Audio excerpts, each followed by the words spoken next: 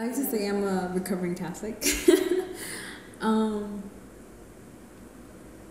I mean, church was it felt like the most stable thing, well, when I was growing up. Um, like we knew that we were going to go to church every Sunday, regardless of who was fighting or whatnot. It was always me and my mother and probably my niece and my nephew going to church.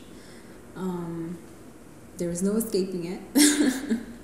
I was forced to go, and I think that had a role in me, like, really rebelling against it. When I was in 10th grade, I had what is he? He was a global history teacher, and he gave us like a syllabus, right? And he told us that one of our missions was to seek truth, and I really took that to heart. I really started to think critically when I was like in 10th grade. For some reason, I really can't remember, but so I would go to school. I would go to church every Sunday.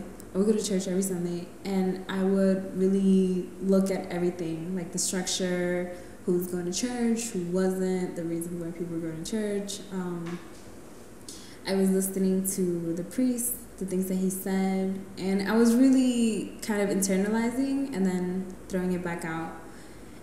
And I just realized that there was a lot of hypocrisy in church. I saw the negative side of church, and it was very disheartening. There were a lot of people, a lot of the money. I was wondering where it was going. I was wondering why there weren't any female, leaders in the church. I was wondering why people took certain roles and others couldn't attain them. One time it was my mother and my niece and my nephew. My niece and my nephew are 4 years younger than me, and they basically were accusing me of being the devil because they didn't want to go to church and this and that, and how could I have done my confirmation, my baptism, confession, all these things, and now I didn't want to go to church.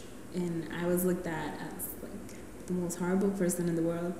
And I never understood it. I was like, are you kidding me? Like, and my brother, he would tell me, my brother would tell me, he's like, do something productive. He's like, go to church and learn how to cook.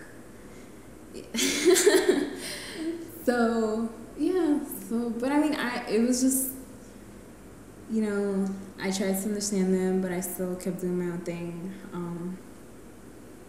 I was by the time I was 16, going on 17, I was working at the youth center, and I was involved in like grassroots organizing, and I was doing workshops on anti-human trafficking, and I didn't feel like I needed church to make me feel safe.